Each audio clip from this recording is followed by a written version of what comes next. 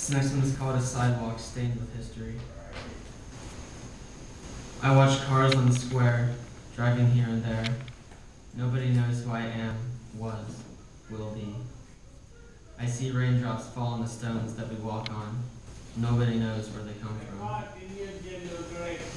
I hear sirens following the hurricane's wake, church bells ringing for nobody's sake. I feel ice-cold pieces of God on my face, slivers of hope that have fallen from grace, and I pray, maybe someday the world will go back. If tomorrow is missing from the calendar, if the clock stops ticking because nobody's listening, if the noise in the neighborhood quiets down, maybe someday the world will go back. I see street lamps flicker from yesterday's laughter. Nobody cares if the lights go out. I see open signs close and people going home. Nobody notices the lonely red sun. I see children that die from the choices you make, parasites prancing on your past mistakes. I see shooting stars bringing the world to an end. Nobody panics, they've already been left to die. Maybe somehow the world will go back.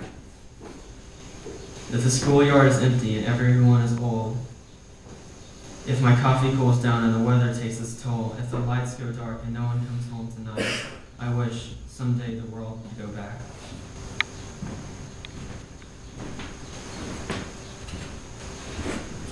This one's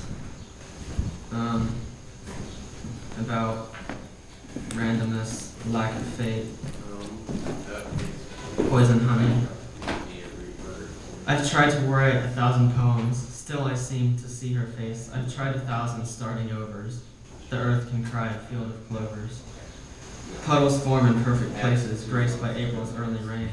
I kneel to drink from heaven's vases. Morning comes, it's dry again. A square is filled with sunken voices, heralding the hands of Jesus, haunted by the ghosts of choices. If God were real, he wouldn't need us. Still, I try to make believe that maple trees and autumn leaves have a purpose deep beneath, but faith is just a passive relief. I've searched in every dead-end corner of this asymmetric earth for relics made to merit meaning. Nothing else is living but the certainty of dying. Like the night that waits for the day to kiss her, a sun that dies when moons eclipse her.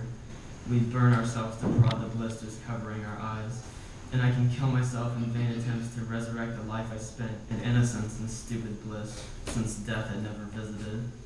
Since living is a sadist dream, I'll be the masochist who deems it fit to taste the poison honey directly from the bee.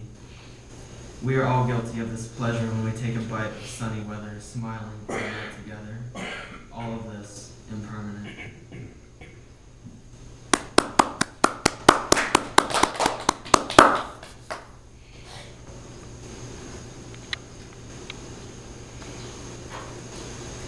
The Scythe and the Farmer.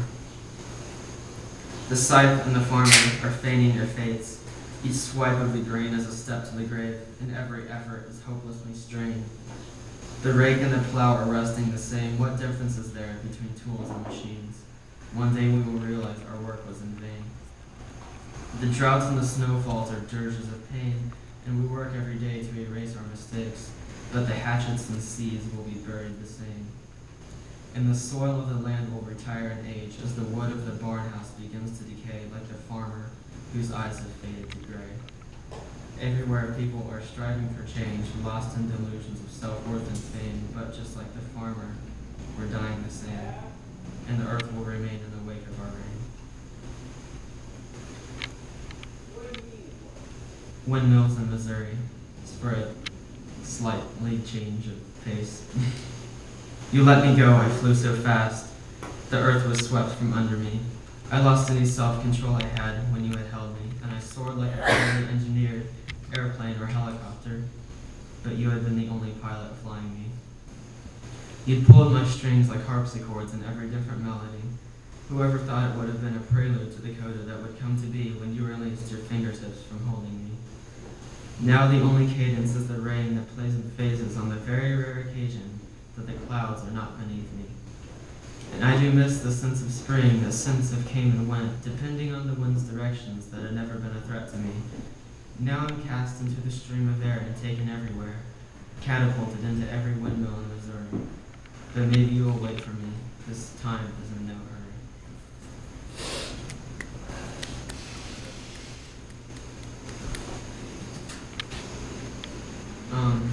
one is called Iris Garden.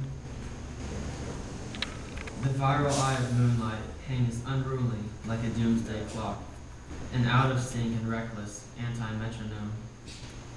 And below it lies an anxious iris, starving for the morning, nauseous like a fever, an intoxicated dreamer, sweating water like a tear duct under siege by its besieger. And around it wilts a garden made of suffocating irises, whose whites are brushed with scarlet stains, expunging them like viruses. They wait and watch the waiting clock with apprehensive glasses. Tick, tick, tick, tick.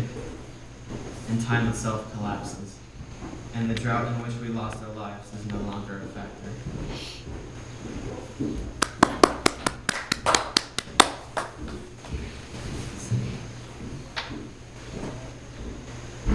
This next one is called Strictly Business.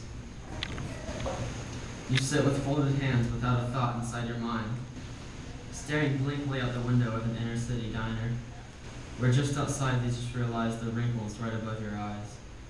I think everyone is older when they stop to check the time. You say you hate the way this nation is circling the train, but you don't want to face the martyrs who have died to make it change. And you say for better or worse, if the clocks would reverse, you'd be happier just to be young. But I think you know that your coffee is colder than it was when you bought it, but still it tastes fine. You walk with crippled feet without a movement of your bones. A suitcase made for just one night holds a week's worth of your clothes, because the house in which your family lives is not the same as home. You're a slave to someone's salary whom you don't even know. You say you hate the way that fate has not been in your favor, but still you try to place the blame on someone else's savior. And you say one day the world will be weary and old, but no one will die for a change. But I think you know that all circles are closed, and until one is broken, the cycle goes on. Are we all just suits and ties, sifting through the truths and lies, and wait for someone's bastard Christ to save our Wall Street Journal lives? Or are we all just aimless feet, drifting through the city streets like yesterday's leftover news that no one wants to read?